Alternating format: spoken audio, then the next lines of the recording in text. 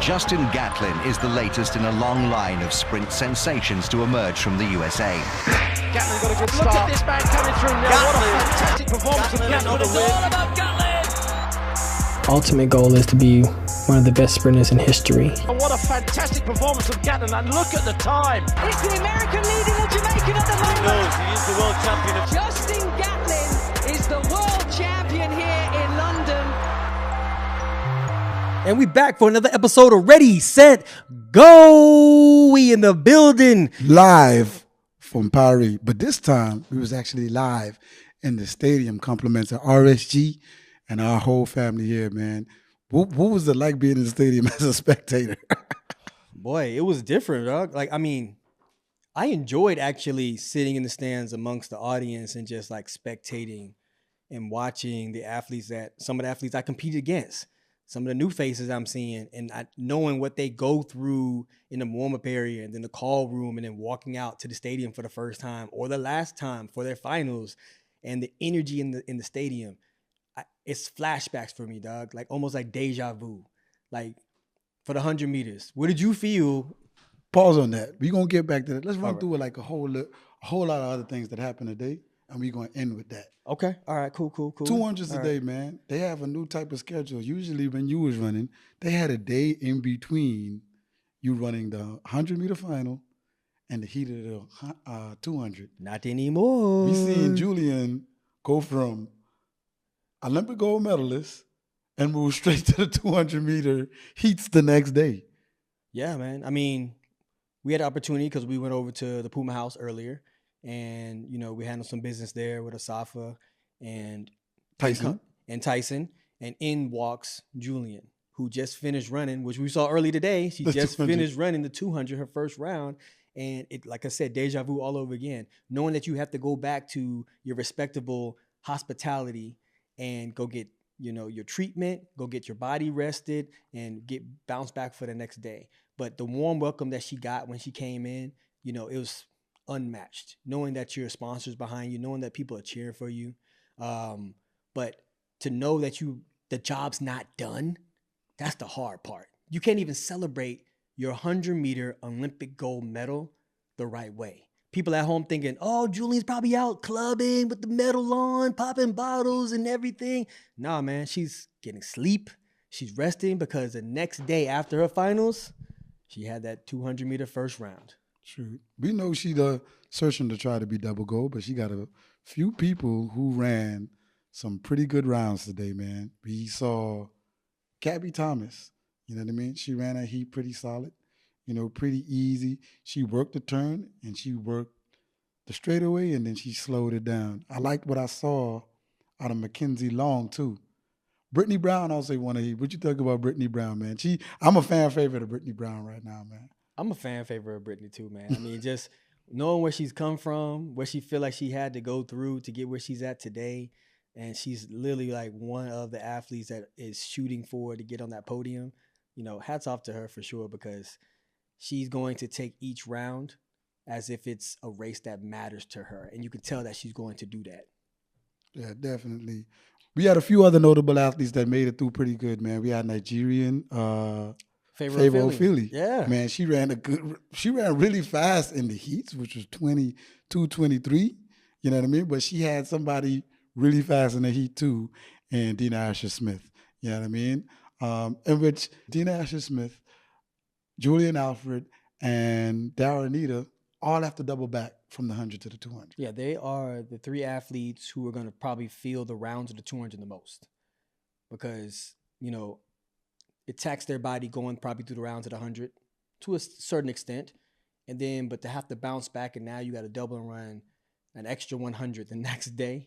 And you have to make sure it looks, you know, comfortable, that you're cruising through the finish line. Because you want to show your opponents, but you also want to be able to prove it to yourself that I can get through these rounds fairly easy and I'm going to be a threat in the finals. So now it's a mental, but it's also a physical wear on you as well. Very, very good. We also saw, man,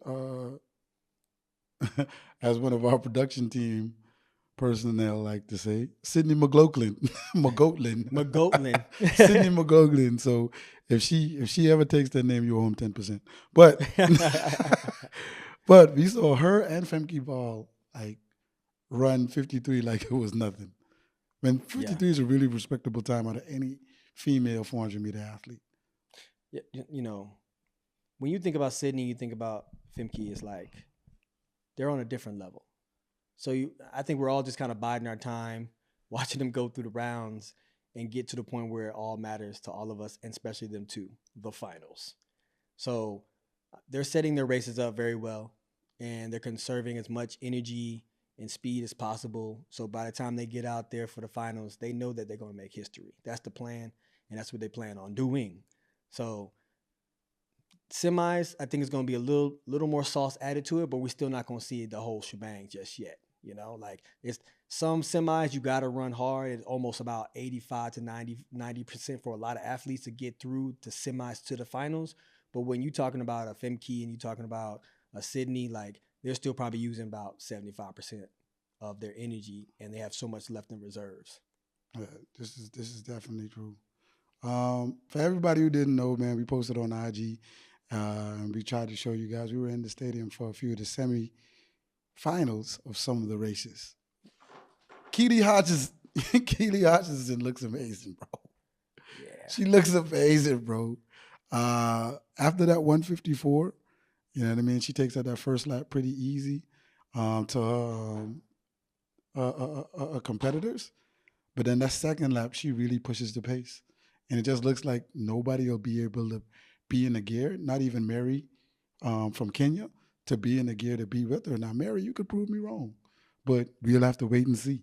What'd you think about her race? I mean, you actually hit me the game about Keely. You know what I'm saying? You was like, man, you got to check Keely out. She's killing the 800 right now. And I'm like, all right, cool. Let me check her out. So we watched it tonight, and I was like, oh, she's that. She's she. That's what we would say. She's her. She's her. She's her in the 800, dog. Watching her kind of separate from the field with about 100 meters to go, as if she's like in a 200-meter sprint or something like that. It's just next world, you know. And coming through the time that she came in, I think it was like 156, easy, you know. So I can only imagine what it's gonna look like for the finals. And if she just let it all out and just go out there and just probably go for a record, bro, if she can. You know what I mean? She's already the European record holder and Great Britain record holder, man. If we see 153, that'll be crazy, because I know some college men that run that. Yeah. Not high school, collegiate men that run that, which is definitely crazy. But it definitely was a great semifinal today. We also saw Jacob from Norway. We saw Kurt from Great Britain, and we saw Nagoose from the USA. I love this kind of beef that they've Jakob and Kurt has had this year. Like the talk, the banter, who's the best, why they the best, why you not the best. You know what I mean? But now it's about put up, shut up. That's what it really is about now. And Jakob looked good in his semis. You know, he the first lap, he was in the back, like he was literally in 12th. And then he ran to the front. And then the second lap, he literally was in front. It's crazy. You know what I mean? So it shows you his comfortableness going through these rounds and even the semis where, you know, it's going to be more competitive, right? And he's still taking control of the races. I believe Nagoose came through actually in his own heat, which he was in the second semis, and he didn't have a Jakob or a car in his heat, and he led and dominated the whole race, and he actually had a faster time than both of those individuals. But throughout the year, you watch Nagoose, like it's like he shies away from when either one of those athletes are in the race with him, right? But I think right now it's the fact of stepping up to the plate. This is the Olympic gold that you're going for. You know, you're labeled as number 2 in the world. You are clearly going into semis as number 1 with the fastest time. He should handle business. But anything happens in the Olympics. We know that. Anything can happen in the Anything Olympics. can happen in the Olympics. I think the goose just needs to stay out of traffic, run his race that him and his coach has been working on, and let Jakob and Kerr get caught up in themselves. But I mean, all of them have been running against each other for a while. But that race is definitely going to be exciting. The men's 1500 meters. Yeah, I can't wait to watch this, man, because them two go at it like Crips and Bloods, boy. So watching how they're gonna do is gonna be something different for sure. Moving on to our semifinals, man. Now we can get back to what you started out to say. We were in that stadium for the men's 100-meter semifinal and final. So how did you feel? This is your first time in an Olympic stadium as the Olympics is going on, and you were there for the men's 100-meter finals and all the other events as well. But you're there for the men's semifinals and the 100-meter finals. So in the semifinal, it was cool. Semifinal, you know what I mean? I picked through the rounds. I was wrong on one of the rounds. I picked, Oblique to go through first. In his round, I picked Keishane to go through first in his round, and I was wrong on the third round. I didn't see Akini Simbini running his semifinal the way he did, and she ran an amazing race. All those guys who were in those semis ran pretty good races, but you almost had the PB to make it through. I think this was the first or second semifinal where 992 couldn't get you in the final. Yeah, man. A sub 10 could not get you in the final. A well under 10 could not get you in the finals. Could not get you in the final. That was crazy to me, because now if you're coaching any athlete, 9 seconds is no longer the goal. It's no longer the goal. 999 cannot be the goal. 995 can't be the goal. You know what I mean? Now, even though we have 1 or 2 or 3 high schoolers running 999, you have to be pushing to run in the club you're in, which is 9.7. Is that where we going to? Is that where the sport's going to, where 9.95 is now going to be high school time? It's crazy. You know what I'm saying? Because obviously the sport is elevating to a level to where 990 low is not going to get you into the finals of the 100 meters. Yeah. For the men. Now, mind you, we watched the prelims. The average of prelims going across the board was 10-0. Mm-hmm.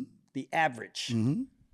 Which I was very surprised, because when you watch the females, they were sub 11, mm-hmm. well below 11. So what do you think that happened between the semis and the finals for a lot of these athletes? So you've been there 3 times. You told me about your how you entered the final. I think how they introduce the athletes has a lot to do with the mental, how strong you are to deal with it mentally. People say, and you hear coaches say, just treat the Olympic final like another race. If you never had an athlete or a coach in that situation, he can't say that because he doesn't know what that felt like. Everything in that final felt anticlimactic. Like, it was like the music, the entrances, there were longer entrances. They took a long time. And then before the actual race, they had a whole music session worth about maybe 3 minutes of time of them just standing there. You know what I mean? And you told me, you were like, oh yeah, this happens in every final. So if a coach, this is a coach's an athlete first time in a final, and they don't know about that, I can't imagine. My anxiety was going crazy sitting there waiting for them. You cooked. So you cooked, bro. Because your coach is going to tell you, all right, warm up, get ready, go in the call room. They're going to put you into the starting lineup. They're going to put you behind the blocks. After they say whoever is in lane 9, they're going to say, run this to your mark, get set, boom, go, right? Not in the finals. You literally have a whole cushion window of almost 15 minutes. We literally listened in the stadium. The DJ played 2 songs, 2 full songs of music. I don't even know what it was. And all of us were just sitting there watching. And we were thinking like, why is no one telling them to get in the blocks? But it builds up the moment where people get closer and closer to the edge of the seat. And then to a point where you start getting kind of like aggravated and be like, yo, start the race. it was very suspenseful. You know what I mean? Man, but y'all saw my picks. I picked oblique. My picks were rearranged. Keyshawn got the medal I thought he was going to get. I said Keyshawn was going to get silver. I was wrong about Noah. Congratulations to Noah Lyles in the gold medal. I had him at third. He actually ended up winning. And a oblique fell to last place at 991. Last place in that race was 991. But the crazier thing was, man, is I said it all the time. The only thing I had against Keyshawn is Noah feeds off of crowds. You saw when they introduced Noah, they had the referees at the point of the track where they wasn't even supposed to run past. Noah comes out screaming to the top of his lungs, jumping, runs to the crowd, runs back behind his blocks, jumps up and down, and the other guys are just standing there and I'm like, oh yeah, he's powering up, and they don't even realize it. They don't even realize it, dog. As soon as he came onto the track, dog, and he just started just powering up. That's what we're gonna call it from now on. He's just powering up, jumping, yelling, damn near backflipping. I couldn't even grab my phone quick enough, dog. I was like, oh man, I gotta get this on film, dog. People will not believe this is what happens. This is what happens. Yeah. You know, now it's Noah being Noah. 100%. And Noah gets into his zone. And if we're gonna revisit picks, my pick was Keyshawn, Noah, Fred. But I had reservations on that. We talked about it. Yeah, Fred was my dark horse, by the way. I mean, when Fred see me, he gonna talk to me about it. But I had reservations on it. And my reservations was that Keyshawn has yet to finish a full 100 meters from what we've seen this season. You said that on like 3-4 episodes, bro. You continue saying that, continue. And I'm not saying this because of I want to see him finish. It actually affects your central nervous system. If you're pushing your body to run full speed to 80 meters and then you shut it down and slow down to this finish line and you're constantly doing it, muscle memory takes into effect. Now your muscles are saying, we're going to go balls to the wall, 80 meters, we're going to shut it down. Now when you get into a shootout, when you get into a stride for stride to the finish line, that nervous system's not going to be kicking in for you. Now you're going to start bucking. Now you're going to start straining to get to that finish line. And I felt that's kind of what we saw in Keyshawn. And not saying that Keyshawn did a bad job. By no means at all. And I don't want anybody to go out there and try to disrespect Keyshawn like, oh, he choked, he did none of that at all. Where Noah was in the track, I really feel that Keyshawn did not see him. That definitely is a treat because he looked like he thought he won. He did. He came across the line. He let out that roar. He was like, I won. Ah. Even Noah, you see Noah run to him and the camera is like, bro, I think you got it. Yeah. You know what I mean? Even Noah said, I think you got it. Held him by the shoulder and said, almost damn near said, congratulations. You won the Olympic gold. And then Noah's name pops up. And then you hear Noah's lips and it reads, oh gosh, I'm amazing. Indeed you are. You know what I mean? I want to tell everybody, Noah haters and all, you know, we commentate on what we think is going to be, like I say, based on our opinions of what we see throughout the year. But everybody buckle up. We're going to be watching the Noah show for the next 4 years. Next 4 years, he is the Olympic champion, the world's fastest man. Now, it's not based on those times, but the Olympic champion carries that title of world fastest man. It does. And he raced the world's fastest man this year, and he beat him. So in a head-up race, it doesn't matter what those times say. Could you get the deal done when we line up line to line? Have you guys been watching? RSG has partnered up with DraftKings. You guys know what time it is. It only happens every 4 years. It's the Olympics. DraftKings is blessing you guys for the Olympics. For new customers, and just as little as $5 in bets will get you $150 in bonus bets instantly. You guys know who I'm rocking with. It's that red, white, and blue. But you also can roll with that green, black, and gold. DraftKings gives such a good variety. You could either go with the sprints, the distance, or even basketball. As Rod said earlier, new customers, when you bet $5, you get $150 in bonus bets. Make sure you guys go check out DraftKings. Promo code RSG. The crown is yours.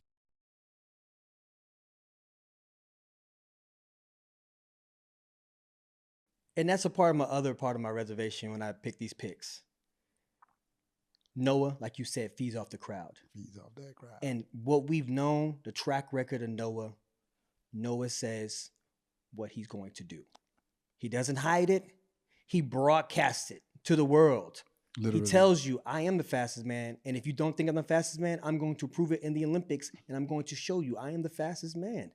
And he did that. He went out when we said he could not win the world championship in the 100 meters. He became the 100-meter world champion. Backed it up with a 200-meter world championship. And he went out and broke the American record in 19.3. Went on to get a gold in the 4x1. Then he said, I'm going to the Olympics. And I'm going to go out here and win 4 gold medals. The hardest medal I thought he was going to have to achieve was the 100 meters. When you are running with somebody who's not going to lay down and is going to give his all, don't let that race turn into a foot race. You have to put someone like him away early. You gotta create a deficit to where it's going to be too much for him to make up. And as you watch him through the rounds, prelims, we kind of like raise our eyebrows a little bit. Semis, we're like, he's working on his start, and I think he just kind of lacked in his finish. But that finals, I said it before, he ran 981 with a headwind, which computes into a 979. You did say that. That's all he needed to bring to the finals, and that's all it took to win tonight, and he did that. Funny thing is why a lot of the fans are going to come at Keishain, because if he just runs the race he runs in Jamaica, he wins. 977. And I've been there. That's all he has to do. I've been there. 977. If you remember 2015. Oh, yeah, you ran my 977. semis, I ran 977 in semis. And Bolt beat you with 979. So slowed down in the semis and ran 977, came back to the finals. Bolt beats me with 979, and I ran 980.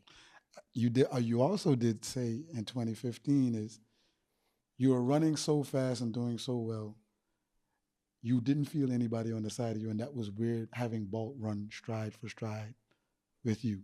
And I think that's what happened tonight. When you're in the Olympic final, you're with the absolute best in the world. They go through the rounds and prove that we are the 8 best men in the world to run this final. And most of them were not off the caliber of Keishain. They were either slightly off or equal to. You know what I mean? So I think that played into a role.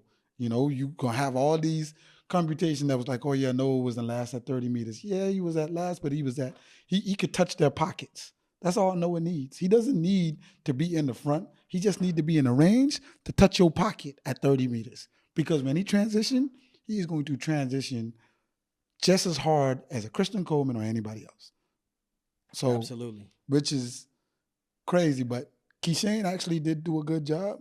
But I agree with you also. He couldn't see him on the other side. I was just more disappointed in my pick in oblique. I really felt like this was his time. Even if he ran the time he ran in his semi, he gets the bronze. He makes the stand.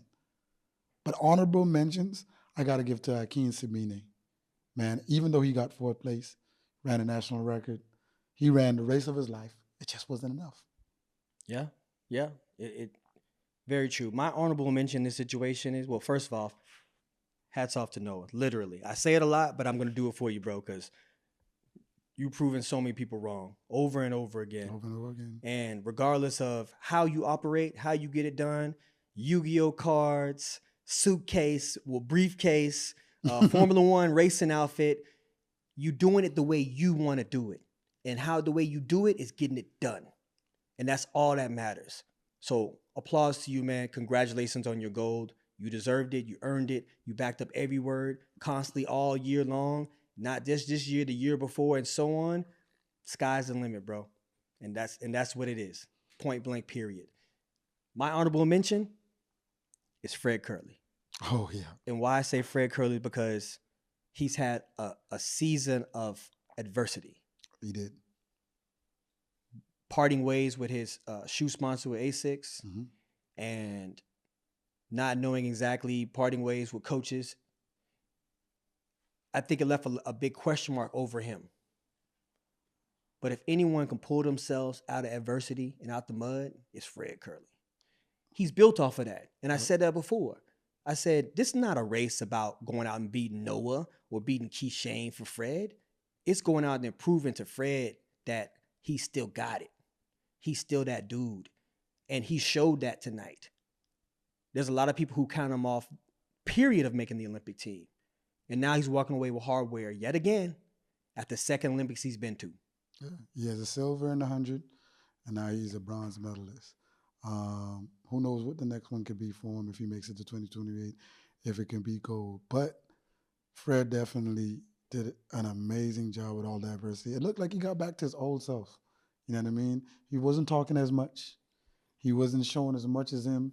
He was Hood Ninja Fred. Look, Hood Ninja Fred. My boy Fred kept it 100, dog. He had no shades on him. Nothing. Listen, I know he got a name in the streets. It's Nike Foot Fred. Listen, he knew what he needed to be Fred. And that is, if it's the shoes, then let it be the shoes. Got to be the shoes. But at the end of the day, if one thing I did see different is he came out there with no sunglasses on. Yeah, you needed to see. He said it was about business. Yeah. He said, I need to be me, and I need to get back to what made me me. And I got to thug it out. And that's what he did. Yeah. Yeah, man. Great night. Light show was amazing in the stadium. What'd you think about that, man, bro? Listen, the lights and everything. Listen, we had the little bracelet on. We didn't know what it was. Y'all put it on first. I didn't know what it was. I was like, I ain't gonna put this thing on, man. It's a tracking sensor or something like that, dog. It's gonna turn y'all into like mind control zombies or something. It definitely is amazing. I encourage anybody, if you could get to an Olympic Games, it is definitely a full experience of something that you definitely love. The only part you won't like is leaving the stadium. It's just it's like leaving a football game, an NFL or a big college football game, which nobody likes. But the experience of the Olympics, the final, it was amazing, bro. It's something I can't explain, something that I feel like people will have to experience. It's going to be in LA in 2028. It's going to be in an amazing stadium. It's going to be amazing, like SoFi Stadium and in the Rose Bowl and all those other things. I think LA is going to be definitely amazing. Hopefully RSG still be around and we could do that one too. What are you talking about, dog? Hopefully we be around. Where we going? Hopefully we be at 1 million subs too.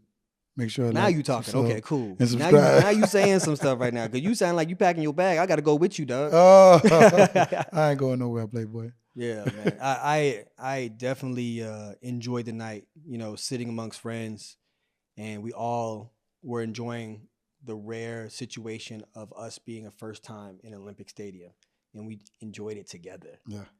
We had popcorn, hot dogs, we had soda, we had drinks. We literally were spectators, dog. Bona fide spectators. You was a spectator for a while and then turned into a celebrity because people after a while started recognizing who you were. And it's like, you see them like, is that Justin? Justin wouldn't be sitting in the stands with us. That is him. Then the Jamaican people, that was the first people, was like, that is Justin. Can we have a picture? So listen, I'm about just keeping it real, man. You know, we sat amongst the people. We didn't have no special boxes. We ain't sitting with the other athletes. We didn't get escorted in by security. We didn't do none of that. That's not how I roll. Never would be how I roll, bro. I want to sit amongst the people who are watching and hoping that they see a great race. They want their favorite athlete to win. I want to be in that energy. And I know you do too. Yeah, that's that energy. And I think we had that tonight, man. It was something special for sure. We did. Man, another young man who I believe is the future of our sport. You know what I mean? He just got a few more little things to work on, you know, for him. And I know him and his coach is definitely going to work on it. It's Leslie. Is Leslie Toboho. Listen, man. He ran an amazing race. A national record for his country. He broke his own national record once again. But it just wasn't enough to get on the stand. It was fast, but not fast enough. But another guy who did well is the defending Olympic champ. Marcel Jacobs. And I know that it comes off sometimes we kind of hard on Marcel. Marcel did a great job tonight. Yeah. And why I say that is because the pressure that you have to be the Olympic champion and then the pressure that you have to be the defending Olympic champion. If you look at those bibs tonight, only 2 bibs were colored. That's Noah, who's #1 in the world, and that's Marcel Jacobs, who's defending champion. So when you put that bib on, you realize your bib is different. That comes with a lot of pressure. You know what I mean? And knowing how Marcel had his season and how he had to kind of like bring himself back together race by race. And I talked about it earlier, just taking your time, going through the rounds, getting to the finals, and just seizing the moment like he did the first time. I think if the roles were a little different, and if there was not a Noah who is Noah today, or Keishane who arrived with super fast times, we might be looking at Marcel Jacobs being back on that podium again, because he went out there in 9:85. Yes. He hasn't ran a time like that in a couple of years. Since 2021. Exactly. So to get into those blocks with over 100,000 people watching you in person and then millions of people watching you at home, and to give it your all, even with an injury, it's commendable, man. Shouts out to Marcel. He did an amazing job tonight. I hope that takes you to the rest of this season and beyond, and knowing that you have the talent, you have the capabilities of being that champion that we know you can be, brother. Let's see it, Tobago. Let's not forget, he lost his mother this year, bro. He did. He lost his mother this year, man. He did. He's fighting through a lot. And that's a big deal. And I think that he did an amazing job of navigating the rest of his season, you know, and getting to the finals. And he still has a 200 left and possibly the 4x4. So I can't imagine what he's emotionally and mentally going through, you know what I'm saying, and what this season means to him. So I commend him on still going through the checks and balances of being the athlete he needs to be and the people who are cheering for him, and still coming out with a national record and going into the 200. So best wishes to you, man. And RSG is always on your corner, bro. Definitely. Now, for Kenny Bernard, I know